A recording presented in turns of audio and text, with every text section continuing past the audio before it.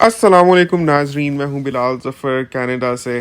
तो मैंने अपनी ये एक तस्वीर शेयर की थी सोशल मीडिया पर, तो बहुत मुझे कमेंट्स एंड मैसेजेस आए। बहुत लोग कह रहे थे बिलाल भाई क्या हो गया, अल्लाह खैर करे, आपने ये सब कुछ क्या पहना हुआ है, कहीं कोई खुदा न खास्ता हादसा तो नहीं हो गया, आपकी खैरियत नेक मतलूब है।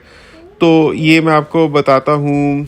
एक्चुअली मैंने तकरीबन 1 साल पहले विज़िट किया था फैमिली डॉक्टर को। उनको कहा था कि थोड़ा सा स्नोरिंग का प्रॉब्लम है, तो उन्होंने स्लीप एग्ज़ाम लिख कर दिया था। 1 साल पहले ये चीज़ हुई थी, उसकी अपॉइंटमेंट 1 साल बाद की मिली, मतलब अब की मिली थी। वैसे तो कोई इतना सीरियस इशू नहीं था, बट मैंने कहा चलो देखते हैं कैसे होता है स्लीप एग्ज़ाम। तो मैं गया, तो मेरा ख्याल था बस मैंने जाना है और सो के आ जाना है। बहुत अच्छा सा एक बेड होगा, बेडरूम तो वाकई बहुत अच्छा था, ऐसे लग रहा था जैसे कोई रेस्ट हाउस है।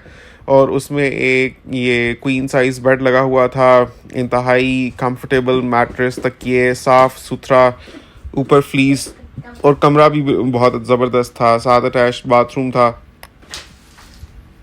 आपको देखने से अंदाज़ा हो ही रहा होगा। रमज़ान में ही हुआ था ये।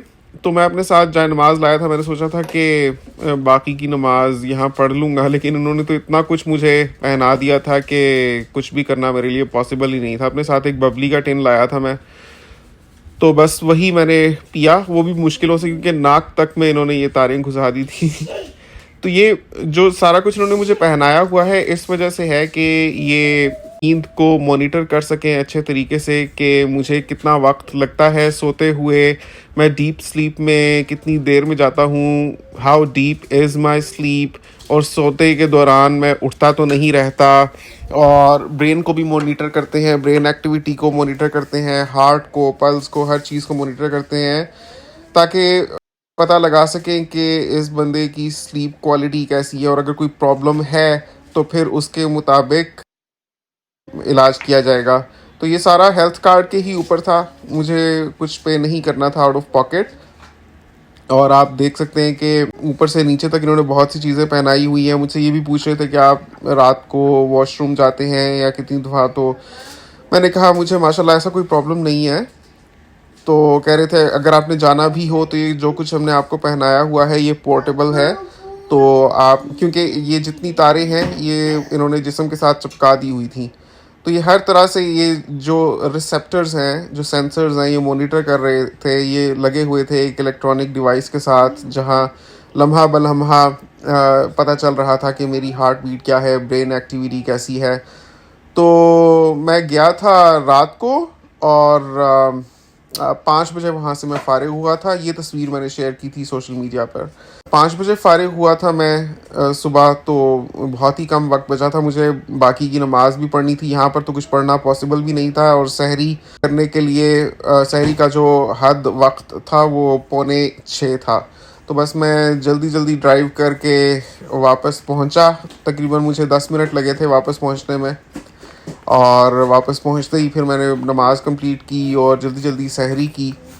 मैं समझ नहीं सकता कि इतना कुछ पहन कर मैं सो ही कैसे गया था। मैं तो सोच भी नहीं सकता था कि मुझे नींद भी आ सकती है आज। बहरहाल आ गई, और ऐसी आई कि मुझे पता भी नहीं चला।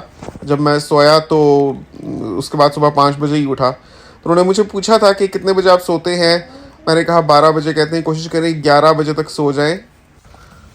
तो अभी तक मैंने फॉलो बैक नहीं किया, और वहाँ से भी कुछ मुझे रिज़ल्ट्स नहीं पता चले। रिज़ल्ट्स तो खैर उसी वक्त आगे हो गई, क्योंकि लाइव मॉनिटर हुआ था।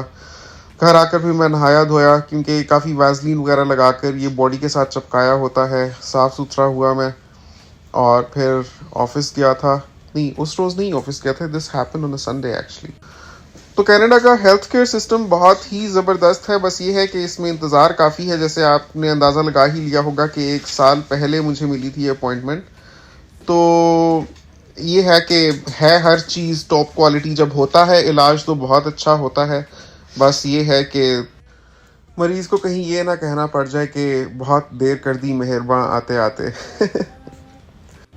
असल में इसलिए भी बहुत सीरियस लिया जाता है कि they want to make sure कि पेशेंट पूरी तरह से रेस्ट कर पाता है, क्योंकि ना सिर्फ ये फिर दिन भर काम करने के लिए इम्पोर्टेंट है, बल्कि अपनी पर्सनल और दूसरों की सेफ्टी के लिए भी बहुत इम्पोर्टेंट है कि आप ड्राइव करते हैं तो आप पूरी तरह से चौकन्ना होकर और पूरे अपने होशो हवास में आप ड्राइव कर सकें, क्योंकि अगर आपकी रात की नींद पूरी नहीं होगी तो फिर आपके डेली लाइफ फंक्शंस अफेक्ट होंगे, फिर आप कुछ भी नहीं कर सकते। जबकि कनाडा में तो आपको पता है कि सब कुछ खुद ही करना होता है, क्या घर के काम क्या बाहर के काम, तो बहुत इंसान प्रैक्टिकल हो जाता है। एक तरह से बहुत ही अच्छा भी है ये, क्योंकि इसी वजह से मैंने देखा है कि यहाँ के जो बुज़ुर्ग ख़वातीनो हजरात हैं वो चलते फिरते होते हैं और 70s में होते हैं, तब तक वो मैंने कुछ लोगों को बहुत ही बुजुर्गी में भी जॉब्स करते हुए यहाँ पर देखा है।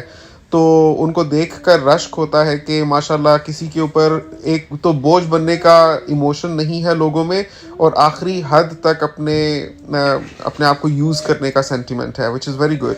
चलें, ये मैंने सोचा कि आपको मैं बता दूंगा क्योंकि बहुत लोगों के मैसेजेस आ रहे थे। और बताइए, आपका रमज़ान कैसा गुजर रहा है? खूब इबादतें वगैरह कर रहे हैं? मुझे भी अपनी दुआओं में याद रखिएगा और खूब इबादत कीजिए। अल्लाह हाफ़िज़।